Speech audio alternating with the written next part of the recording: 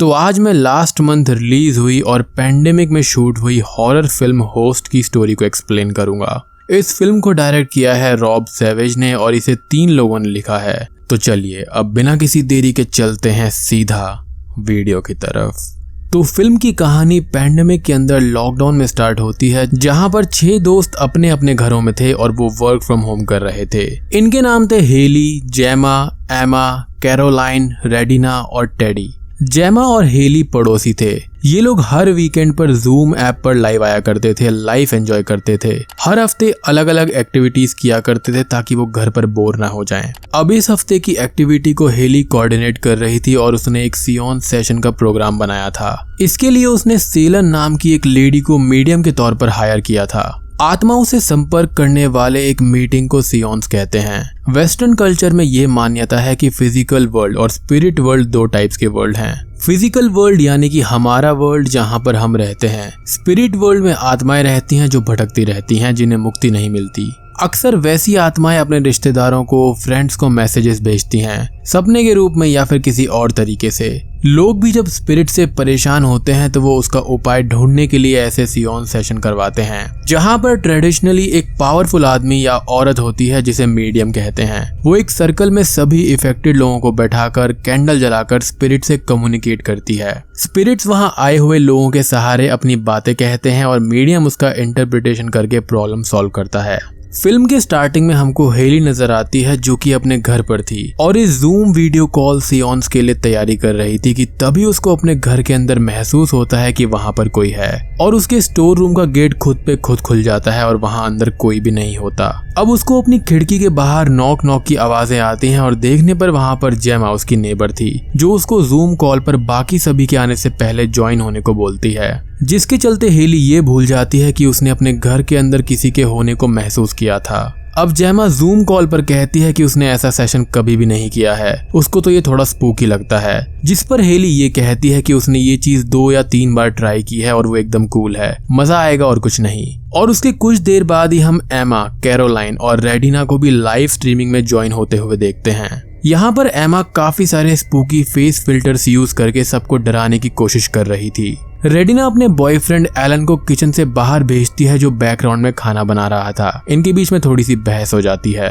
दूसरी तरफ इनका एक और फ्रेंड टेडी लॉकडाउन में उसकी गर्लफ्रेंड जेनी के घर पर फंस गया था, जो कि काफी रिच थी। अब टेडी भी उन्हें लाइव ज्वाइन करता है। यहाँ पर टेडी इन सभी को अपनी ग्रैंडमा का एक म्यूजिक बॉक्स दिखाता है, जिससे उसका भाई उसको बचपन में डराया करता था, जो कि उसके लिए काफी ज्यादा स्केरी था। अब सेलन भी लाइव आती है और ये कहती है कि उसके लिए भी ये फर्स्ट टाइम है। उसने कभी भी जूम ऐप से इंटरनेट से सियोन्स कंडक्ट नहीं किया है। वो अब सबसे ये पूछती है कि क्या उन सबके पास में ट्रिगर ऑब्जेक्ट्स हैं। अब यहाँ पर ट्रिगर ऑब्जेक्ट्स का मतलब है कि जिन स्पिरिट्स के साथ आप कम्युनिकेट करना चाहते हैं, उन स्पिरिट से जुड़ी हुई कुछ ऑब्जेक्ट्स। वो कोई भी मामूली चीज हो सकती है जो उस स्पिरिट के लिए इम्पोर्टेंट हो, जिससे उसकी कोई ना कोई मेमोरी जुड़ी हुई हो। वो बताती है कि वो सब लोग इस सेशन के दौरान एस्ट्रल प्लेन में स्पिरिट से कांटेक्ट करने की कोशिश करेंगे और वो कुछ वाइब्रेशंस म्यूजिक के जरिए प्रोड्यूस करेगी ताकि दोनों वर्ल्ड्स के वाइब्रेशन एक जैसे हों, ताकि स्पिरिट्स कम्युनिकेट कर सकें। और जिस किसी का भी इमेज, फेस, मेमोरी जो भी उनके माइंड पर आएगा उसे उसको बताना होगा।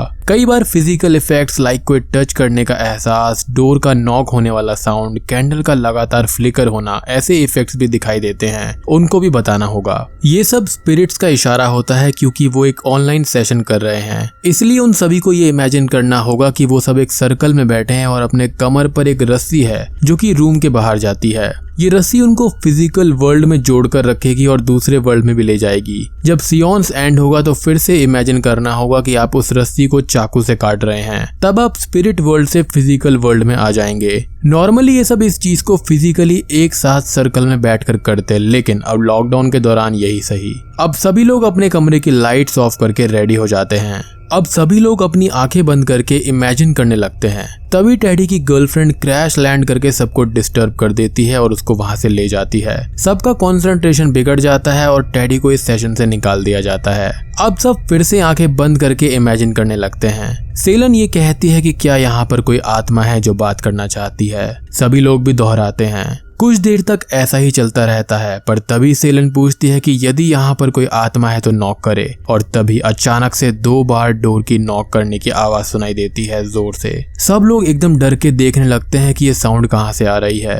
असल में वो नॉक करने का जो साउंड था वो सेलन के ग्रोसरी बॉय का था, जो कि ग्रोसरी देने आया था। अब यहाँ पर सेलन माफी मांगते हुए ग्रोसरी को लेने जाती है। अब इस चीज को देखते हुए ये सारे लोग उसका मजाक उड़ाने लगते हैं, स्पेशली जेमा। जब सेलन वापस आकर फिर से स्टार्ट करती है तो इस बार जेमा जोर से चिल्लाकर उठती है। वो ये कहती है कि कोई उसके गले को जोर से दबा रहा है। वो थोड़ा रोने लगती है और बाकी सभी शौक से स्क्रीन पर देखते रहते हैं। सेलन जेमा से ये पूछती है कि किस मरे हुए इंसान का नाम उसके दिमाग में आ रहा है। जेमा ये कहती है कि जैक, वो मेरे स्कूल का फ्रेंड था। उसने उसकी काफी मदद की जब वो घायल हुई थी, और उसके कुछ टाइम बाद ही उसने सुसाइड कर लिया था। अब तभी हम ये देखते हैं कि अचानक से सेलन के सामने कुछ गिरता है और उसका इंटरनेट कनेक्शन टूट जाता है।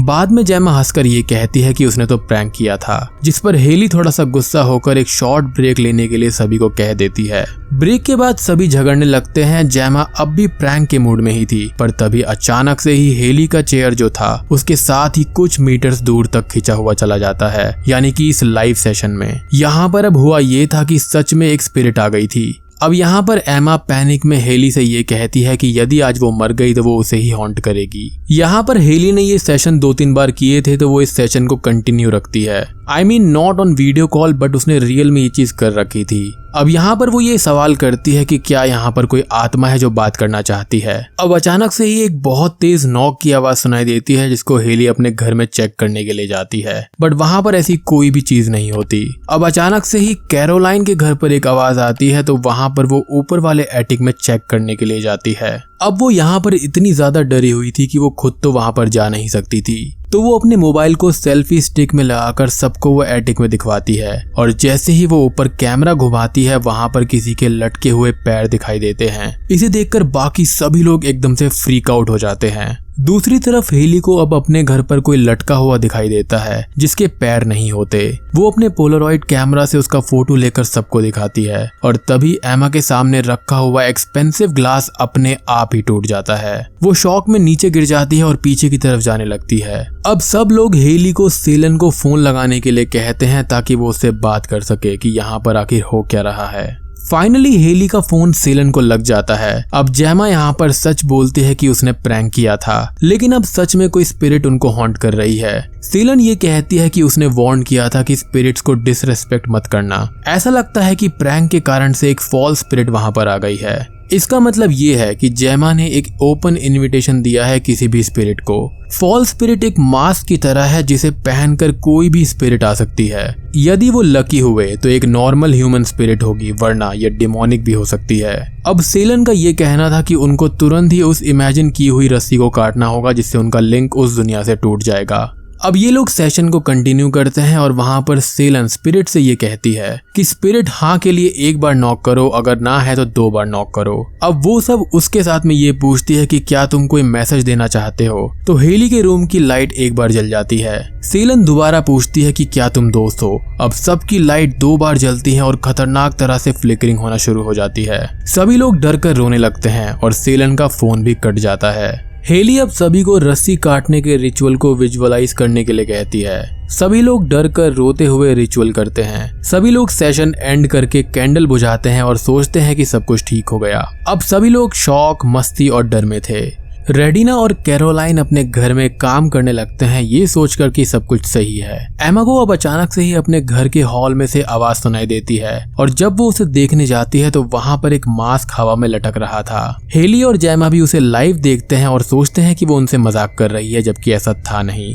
जैसे ही एमा उसे छूने के लिए जाती है, वो उसकी तरफ मुड़कर उस पर हमला करने आता है और गायब हो जाता है। एमा डरते हुए किचन में भागती है, वहां से आटा लेकर हॉल के अंदर छिड़कने की कोशिश करती है ताकि वो स्पिरिट को देख सके, लेकिन अब अचानक से ही वहां पर कोई भी नहीं होता, और उसके कुछ ही पल के बाद में डिमोनिक स्पिरिट के फुटप्रिंट्स वो साफ साफ देख सकती थी। पूरा का पूरा किचन तहस नहस हो जाता है। एमा अब दौड़कर छुपने की कोशिश करती है, लेकिन यह डिमोनिक स्पिरिट उसको हवा में लटका देती है, जिससे वो किसी तरह से बचती है, एज वो सबसे ज्यादा वल्नरेबल और डरी हुई थी। वो एक ब्लैंकेट के अंदर छुप जाती है और यहाँ पर एमा का फेस फिल्टर भी ऑन था। दूसरी तरफ रेडिना घर में एलन को ढूंढती है, जहाँ पर वो कहीं भी नहीं मिलता। जब वो टॉयलेट के अंदर जाती है तो वहां पर उसका फोन उसको दिखाई देता है और जब वो वापस आती है तो अचानक से एलन की बॉडी ऊपर से नीचे गिरती है और यहाँ पर हमको ये पता चलता है कि वो मर गया है जिसको उस डिमोनिक स्पिरिट ने मारा था। अब वो स्पिरिट रेडिना पर बुरी तरह से हमला करके उसको भी जान से मार डालती है। उसकी स्क्रीन पर सिर्फ एक रेड कलर का खून का निशान हमको दिखाई देता है। दूसरी तरफ हम कैरोलाइन की विंडो पर उसकी प्री रिकॉर्डेड वीडियो को ही देख पा रहे थे जिससे सब ये समझते हैं कि वो ठीक है, लेकिन कुछ देर बाद वो ये नोटिस करते हैं कि ये तो उसकी प्री रिकॉर्डेड वीडियो है और तभी अचानक से ही वो स्पिरिट रियल कैरोलाइन को उसका सर पटक पटक कर जान से मार डालती है। एंड सीरियसली ये बहुत ही खतरनाक सीन था।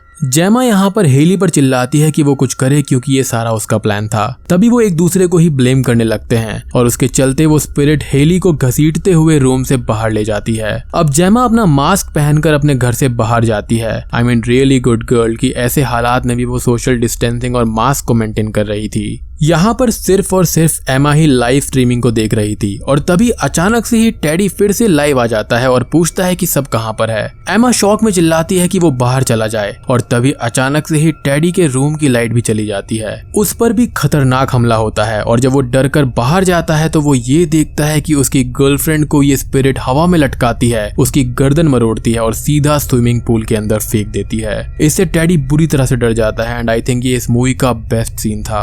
उसके तुरंत बाद ही हम टेडी को बैकयार्ड में देखते हैं जहां पर एक लटकी हुई रस्सी थी और उसके बाद में अचानक से होता यह है कि वो स्पिरिट उसको भी जान से मार डालती है, वो भी जलाकर। और यहाँ पर सबसे दर्दनाक मौत यही थी क्योंकि टेडी उस वक्त जिंदा था, जस्ट वो बेहोश था और उसके ऊपर आग लग जाती है जिससे वो मर जाता है। अब वो स्पिरिट एमा के घर के अंदर भी आ जाती है और एमा एक चादर हवा में फेंकती है जो कि हवा में ही रुक जाती है, मीनिंग वो डिमोनिक स्पिरिट वहां पर थी। एमा को वो डिमोनिक स्पिरिट इस कदर डराती है कि वो अपने घर की विंडो से ही छलांग लगा देती है जिससे उसकी वहीं पर मौत हो जाती है। जेमा अब हेली के रूम के अंदर जाती है जहां पर वो नहीं थी। जेमा पर भी वो स्पिरिट हमला करके कुछ पल के लिए उसे बेहोश कर देती है।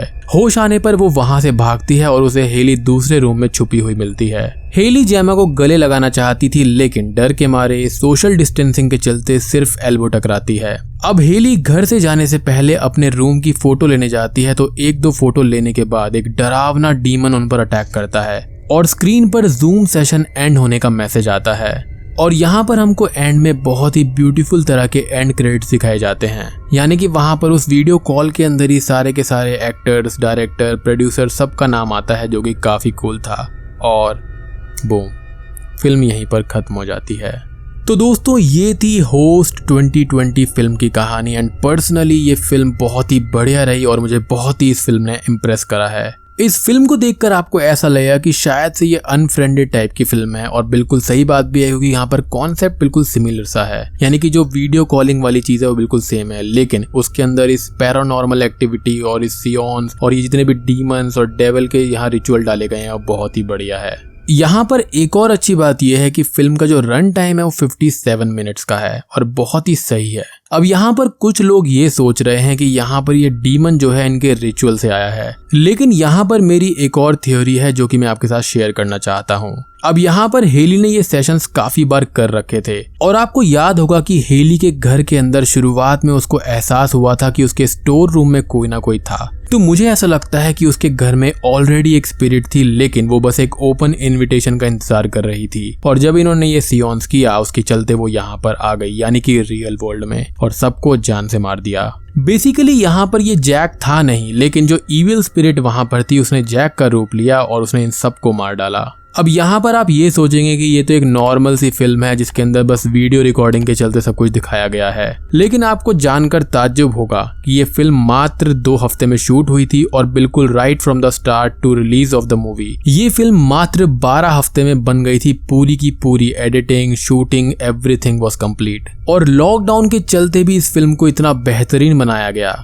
कुछ और इंटरेस्टिंग फैक्ट्स की बात करूं तो इस फिल्म के डायरेक्टर जो हैं और उनके फ्रेंड्स एक बार जूम कॉल पर थे बिल्कुल इसी फिल्म की तरह। तो डायरेक्टर ने अपने फ्रेंड्स के साथ में एक प्रैंक किया जो कि सिमिलर सीन है जस्ट लाइक कैरोलाइन वाले सीन की तरह। तो उन्होंने सेम चीज करी और एटिक में एक प्री प्लान्ड प्रैंक उनके साथ किया जहां पर उन्होंने एक डिवाइस बनाया और फोन के जरिए रिकॉर्ड टू फिल्म का एटिक वाला सीन दिखाया कि जैसे वहां पर कोई डिमोनिक चाइल्ड उन पर हमला कर रहा है। कुछ देर तक वो इसी एक्ट में रहे और उनके सारे दोस्त डर गए। इस फिल्म का आइडिया देने से पहले वो उनके साथ में प्रैंक करना चाहते थे। सबके सब दोस्त या फिर इस फिल्म के जो एक्टर्स हैं वो बुरी तरह से डर गए थे। इस वीडियो को मिलियन में व्यूज आए हैं and let me play that for you. आप खुद देखिए, है ना बिल्कुल ये कैरोलाइन वाले सीन की तरह। फिल्म मात्र 57 मिनट्स की है और इसके अंदर आपको बहुत सारे जंप स्केयर्स देखने को मिलेंगे जो कि बिल्कुल भी चीप नहीं है। और घर में रहते हुए इतने बढ़िया बढ़िया स्टंट्स करना, इतने बढ़िया बढ़िया इफेक्ट डालना बहुत ही अच्छी बात है।